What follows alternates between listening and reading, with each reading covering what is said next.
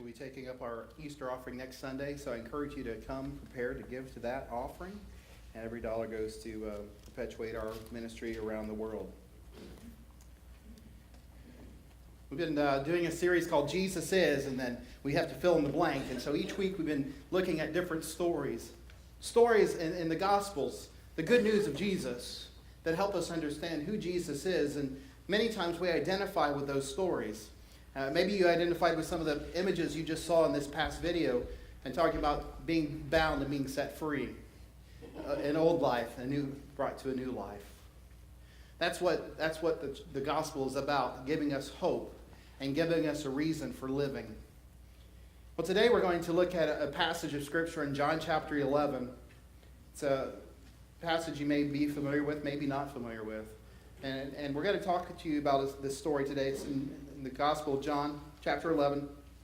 And we're going to talk about the fact that we live in a world where people come from different vantage points, different perspectives of coming to deal with a problem. I'm thinking about Joel here in a moment.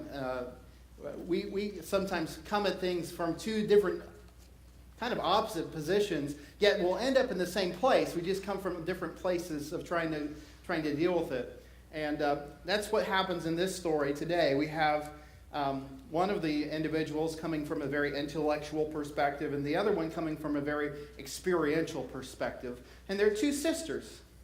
One sister's name is Martha, and the other sister's name is Mary. And we're going to be looking at their two different experiences. And even though they come from different perspectives, one from an intellectual Martha, experiential Mary, they still come to the same outcome, which is a faith that is strengthened. And they may be two polar opposites in terms of their personalities and how they function. And if you've ever been part of the family, you understand that every kid is different. You know, some of you have friends here in family here, you're like, really, that's their sister or that's their brother? You didn't, until you make those connections, you're like, they're so different. Well, the same in this story here. Mary and Martha, they are very different, yet they're sisters, and they really do have a love for Jesus, and we're going to see how that works today. And have a deep faith with Jesus.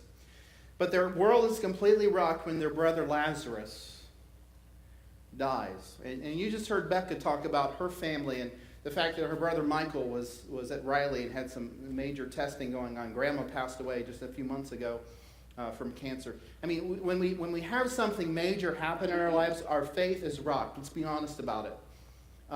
We all struggle when our faith is rocked. No matter how deep a faith we might have, when something traumatic happens, our faith is rocked. And that's what happens in this story. It's one of the most unique stories of the New Testament, only recorded in John's Gospel. And it gives us a snippet into the person and really kind of an emotional character of Jesus as well. In today's passage, you're going to hear the shortest passage in the entire Gospel, or in the entire Bible, 2 words. And I'll leave it for a little bit later, but it's the shortest passage. But in the story, we find Jesus.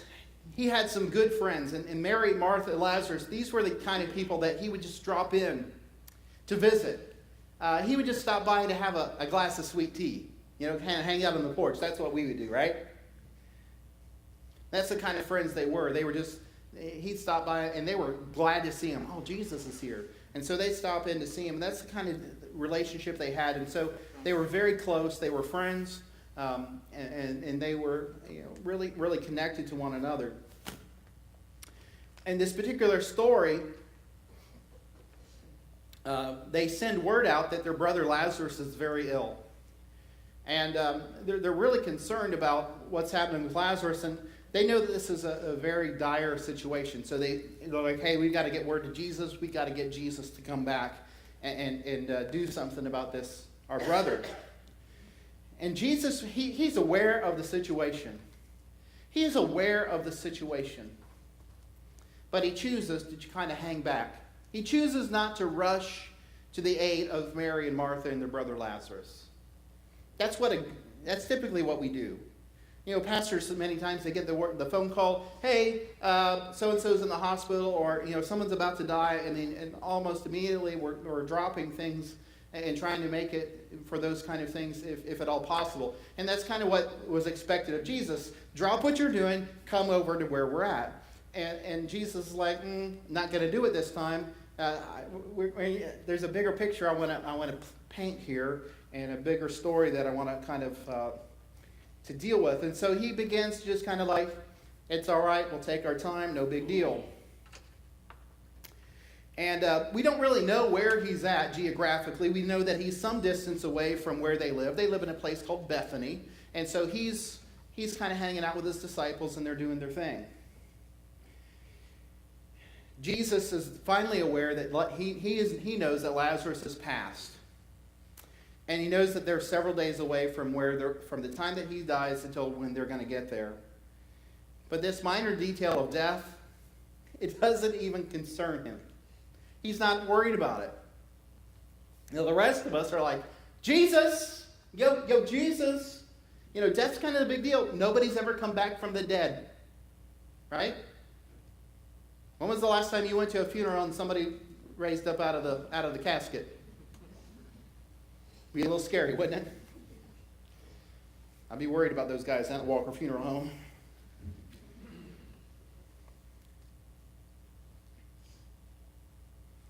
But Jesus knows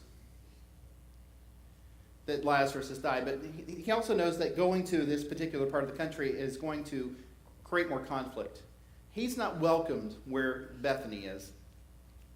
In fact, they want to stone him to death. They want to kill him. I mean, there's a significant issue by going there for himself. And so Jesus knows the danger. He gives the disciples assurance.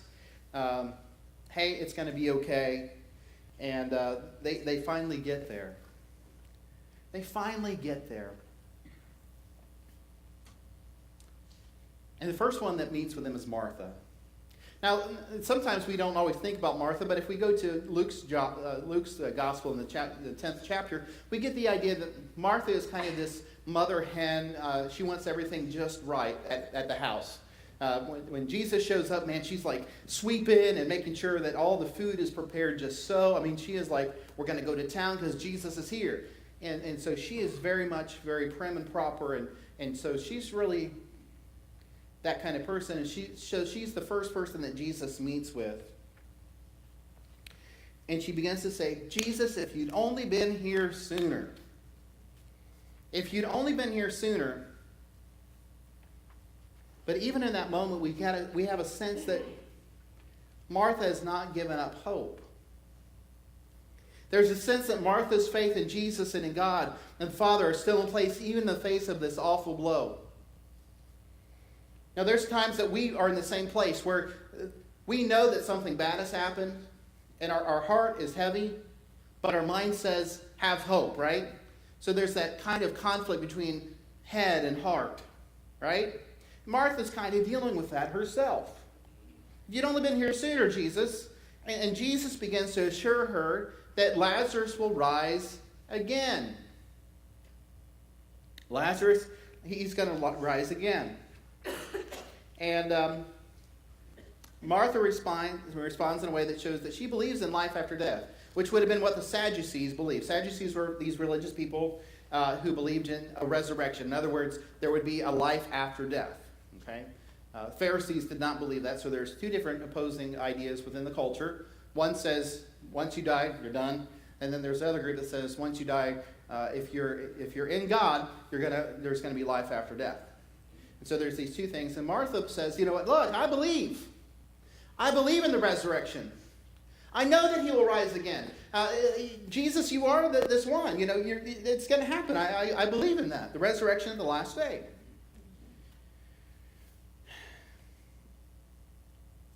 But Jesus looks at Martha and says, oh, Martha, I am the resurrection and the life. The one who believes in me will live even though they die. And whoever lives by believing in me will never die. And he posed the question, do you believe this? Do you believe this? If you ever come to a funeral service, you might hear me, you use these words. And I will ask you that question, do you believe this? Because it's a question of hope. It's a question of faith. Do you believe that I am who I say I am? Do you believe that I am the resurrection and the life? In other words, what I say I can do and what I will do, I will do. Do you believe all of that stuff? And Martha's like, yes, I do. I believe that you are the Messiah. In other words, she starts to do what we call confession. She's saying, let me tell you what I understand and what I know. Let me tell you what I know. This intellectual perspective. I know that you are the Son of God. I know that you're the Messiah, the one that we've been looking for. Another word for Messiah is the word Christ. And you are the one who has come into the world. And in other words, you are here to save us from our sins. I believe in all that. You know, that John 3:16, for God so loved the world that he gave his only begotten Son, that whoever believes in me, trusts in me, will not perish but have eternal life. Martha says, I believe all that. I believe all that. One of the ways we do that is we use things like creeds. We did the Apostles' Creed in the baptismal thing. I believe in God the Father Almighty, right? So that would be a way in which she's giving credence to her belief. I believe that you are the Messiah, the Son of God, that you are the one who is coming back to bring us back in the last days. And so Jesus, I think, is okay with her response. And she's like, look, I'm going to go get Mary. And Mary's been hanging out. She's kind of been hanging around by the tomb. Mary hears Jesus is here. She takes off to go where Jesus is at. And the younger sister goes immediately to meet Jesus. And Mary's the one who understood what real forgiveness and redemption looked like. If you look at the very beginning of the passage, it tells us one thing about Mary. And this is probably the only time that there's a connection made in Mary being the lady who is the one who pours perfume on Jesus' feet and wipes her tears with her hair. It's the only time that we get that summary statement in John's Gospel. So when we read that passage and we hear this Mary, this is one of the first times we make the connection. It's the Mary, Martha, Lazarus group. But what it tells us about Mary, if you think about what that act really means and what it does and what it's portraying to those that are watching it unfold, about Mary and about Jesus. Mary understood who Jesus was. But out of that experience with Jesus, her response is, I have to do something that lavishes love on him. See, the act of pouring perfume on Jesus' feet was an act of love, and it was very public. And it made people uncomfortable because she was doing something that was reserved for people of high esteem. And most of the people did not esteem Jesus. He was not part of that uppity crowd. He was not a person of nobility and position. But Mary really knew who Jesus was, and she knew what Jesus had done for her in terms of forgiving her of her sins. She understood what was at stake, and she's like, I love him, and I know that he wants to, I have to do this. This is my way of saying thank you. This is my way of saying I love you. This is my way of saying, I know you've forgiven me. So that's the kind of person Mary is. And Mary comes to Jesus, and she too is kind of like,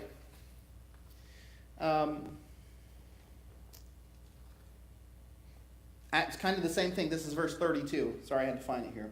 Lord, if you had been here, my brother would not have died. In other words, I know if you had been here, the outcome would be different. Jesus, if you had been here, I know the outcome would have been different. I know that. I know that you would have done it for us if you had been here in time. And then Jesus saw her weeping, and the Jews who had come around were also weeping, and he was deeply moved in spirit and trouble. And then he goes, where have you laid him? And said, come and see, Lord. And they replied, and they go out to where Lazarus is buried. When Mary reached the place where Jesus was and saw him, she fell at his feet, and the Lord said, oh, sorry, wrong verse. Come and see the Lord. Come and see, Lord, they replied, and Jesus wept. Sometimes you don't know what's going to happen, how your emotions might hit you. Just a few moments ago, Becca's sharing her story, and there's I'm thinking to myself, there's a lot of dust in this room. Because I'm identifying with her story. I'm identifying with her journey. Places where I've seen her in the journey. Places where I know part of the story, and hearing it from what God is doing behind the scenes that maybe I was not aware of. Or maybe I was aware of and just good to be reminded of. That's what happens with Jesus in that moment. All of a sudden, it's like it hits him. His friend Lazarus is dead. Now he knows what's going to happen. He knows what the outcome's going to be. But in that moment, it hits him. My friend Lazarus is dead. And he too weeps just like everyone else.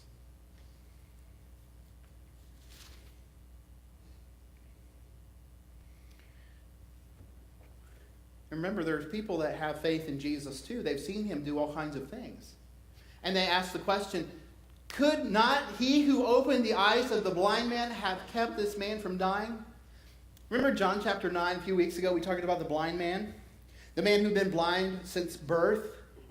And Jesus healed him, put mud on his eyes and said, go wash it off. And he washes it off and he's able to see. And they keep questioning him like, how did this happen? And he's like, I don't know how this happened.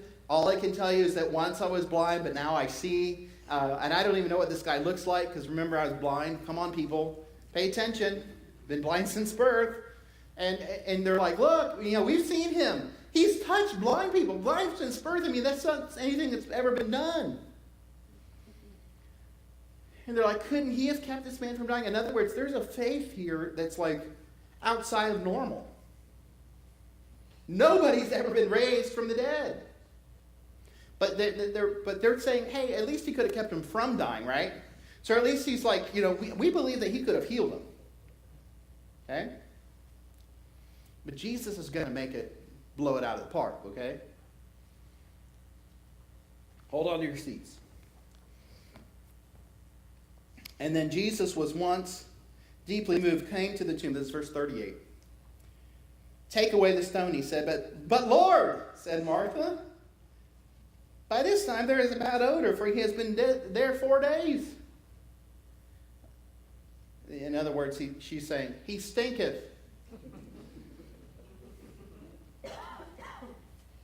Or if you're from the South, he stinks.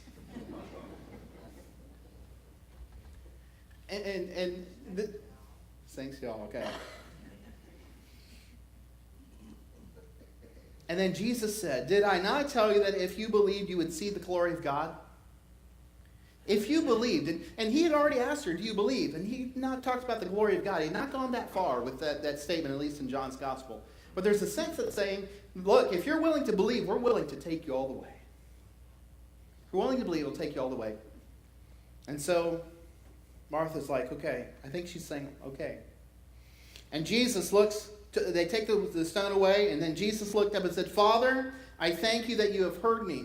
I knew that you always hear me, but I said this for the benefit of the people standing here, that they may believe that you sent me. In other words, we're going to do something that's out of the park, blow it out of the water. I mean, like, we're going to make people understand, like, who I am is who I am.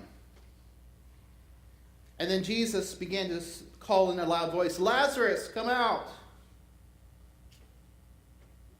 And the dead man came out, his hands and feet wrapped with strips of linen and a cloth around his face. And Jesus said to them, take off the grave clothes and let him go. And that's where the story ends. It's like an abrupt, boom, we're done. What? So you have to kind of wonder what's going on in Mary and Martha's mind. What's happening in the crowd? Those that are around saw this Lazarus. He wasn't just sleeping. He was dead. People had been mourning for him. He had been in a tomb for 4 days. Yet Jesus came to bring life.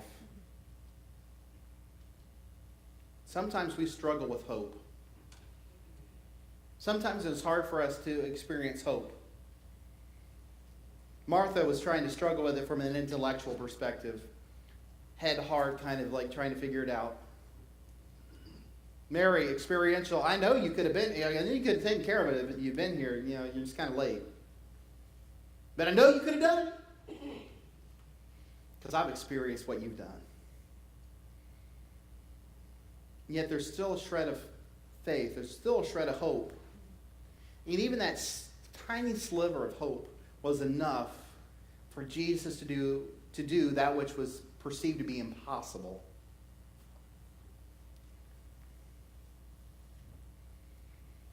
Sometimes we respond intellectually. Sometimes we respond experientially. But any time that we respond in faith, our faith grows. Anytime we respond in faith, our faith grows.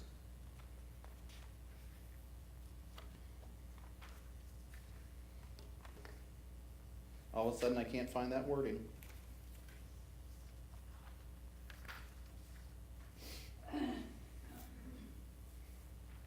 It's this. This is the thing I want you to hear. Faith grows when we experience hope. Oh yeah, I forgot that part. Jesus is my hope. Jesus is. So what's that? Jesus is. Jesus is my hope. It's what I can hold on to when I'm looking at it and saying, life doesn't make sense. Life's hard. Jesus is my hope. So when we have just a little sliver of hope, our faith grows when we experience that hope in Jesus. Our faith grows when we experience hope in Jesus. Some of us need hope. Some of us have faced some of the roughest days of our lives. Let's be honest, when we think about hope, sometimes we're struggling because of different things in our lives. We think of physical issues. Sometimes we've struggled with the fact that we're struggling with the issues of divorce, with other marital issues, kid issues. We face all kinds of things that rock our world. Whether it's happening to us or people around us, we need help with hope. But when Jesus becomes our hope, our faith grows, even with just a little bit of hope. Because we have to hold on to Him. We have to believe in Him, trust in Him, even when we can't see the outcome. Mary and Martha, when they said, I believe or I trust in you, they didn't know what the outcome was going to be. I think they were hoping Jesus would take care of things before He died, and He didn't. So there was a moment where I think faith kind of lost a little ground. Let's be honest, we all kind of have that happen when we struggle with those kind of moments in our lives. But as Jesus shows up and Jesus is present and Jesus is there to speak words of comfort and assurance, there's that faith begins to be rekindled and a little bit of hope. It may not be a lot of hope, but it's enough to give them enough hope for them to trust in Jesus. And that trust in Jesus gets them over the hump. So much so that they're able to see Jesus and the glory of God comes to pass. I want you to experience hope this Easter. If Jesus is your hope, you've got something to celebrate. If you're struggling with Jesus as your hope, I've got good news. He's standing here, arms open wide, saying, look, I want to give you hope. If you feel hopeless, I'm here to give you hope. If you feel hopeless, I'm here to give you hope.